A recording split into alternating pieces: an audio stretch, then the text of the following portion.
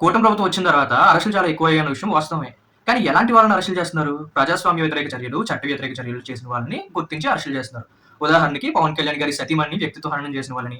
పవన్ కళ్యాణ్ నువ్వు షూటింగ్కి వెళ్ళేటప్పుడు వెళ్ళంగానే నీ పెళ్ళాం మీ ఇంట్లో పని వాళ్ళతో అక్రమ సంబంధం పెట్టుకుంది. ఆ బిడ్డలు నీకు పుట్టలేదట, పని వాళ్ళకే పుట్టారట. పవన్ కళ్యాణ్ గారి 6 ఏళ్ల కూతుర్ని రేప్ చేస్తారని బెదిరించిన వాళ్ళని.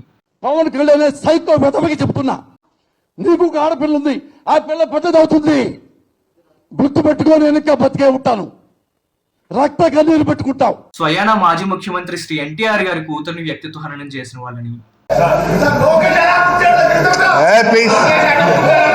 పవన్ కళ్యాణ్ గారి సతీమణి గురించి, తన 6 ఏళ్ల కూతురు గురించి అశ్లీలంగా మాట్లాడిన వాళ్ళని. ఆ తర్వాత నీ పిల్లల్ని, నీ ఇంట్లో ఉన్న నీ పిల్లల్ని ఎదిగి మరీ నాలంటి అప్పు చెప్పాలా? దేనికి?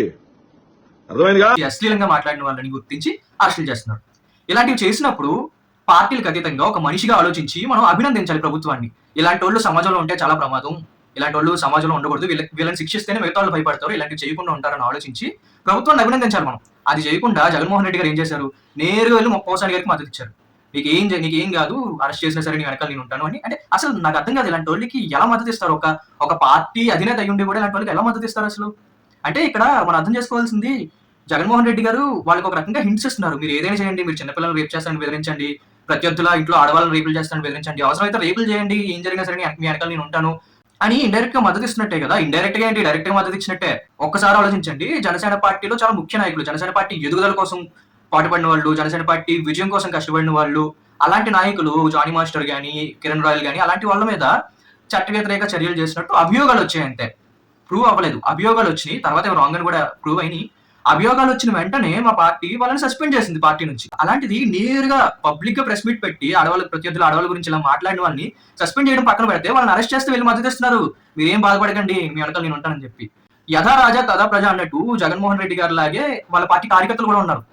వాళ్ళు ఏం మాట్లాడుతున్నారంటే, ఒకసారి వీడియో చూడండి. ఇప్పుడు 5 అరెస్టులు జరుగుతున్నాయి. ఒకవేళ కూటమి ప్రభుత్వం 4 సంవత్సరాల తర్వాత ఓడిపోతే కనుక మనుషులు లేస్తారు, ఇంకా ఎవడో బతకడు. ఇది జస్ట్ ఎగ్జాంపుల్ మాత్రం. ఇలాంటి కార్యకర్తలు కొన్ని వేల మంది ఉన్నారు రాష్ట్ర వ్యాప్తంగా. ఇలాంటి కరుడుగట్టిన రౌడీలు తయారు చేశారు జగన్మోహన్ రెడ్డి గత 5 సంవత్సరాల్లో. అసలు ఏం మాట్లాడుతున్నారా? చంపేయడాలు ఏంట్రా? పబ్లిక్ గా, అది కూడా ప్రెస్ ముందు మాట్లాడుతున్నారు. ఏదో పర్సనల్ గా కాల్ చేసి వార్నింగ్ ఇవ్వడం కాదు. అంటే వీళ్ళకి భయం ఏం లేదు, వెనకాల జగన్మోహన్ రెడ్డి ఉన్నాడు, మీరు రేపులు చేసినా మర్డర్లు చేసినా ఆయన చూసుకుంటాడన్న ధైర్యం వీళ్ళకి. కొంచెం మనుషుల్లో ఆలోచించండి రా. చంపేయడాలు ఏంట్రా? అంటే మీరు చట్ట వ్యతిరేకంగా ఏదైనా చేయొచ్చు, రాజ్యాంగానికి విలువకుండా ఏదైనా చేయొచ్చు, దానికోసం రాజ్యాంగబద్ధంగా చట్టపరంగా మీరు అరెస్టులు చేస్తే వాళ్ళు చంపేస్తారా?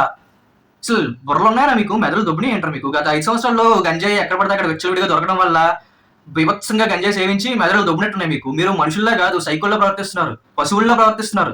ఎన్నాళ్ళు ఇంకెలా హత్య రాజకీయాలు చేసుకుంటూ ఉంటారు? ఇలాంటి హత్య రాజకీయాలు చేయడం వల్లే 11 సీట్లు ఇచ్చి ఒంగోబెట్టారు ప్రజలు. ఈసారి పడుకోబెడతారు. ఇప్పటికైనా మారండి రా. జగన్మోహన్ రెడ్డి గారి బానిసత్వం నుంచి బయటకు వచ్చి మనుషుల్లా ప్రవర్తించండి రా.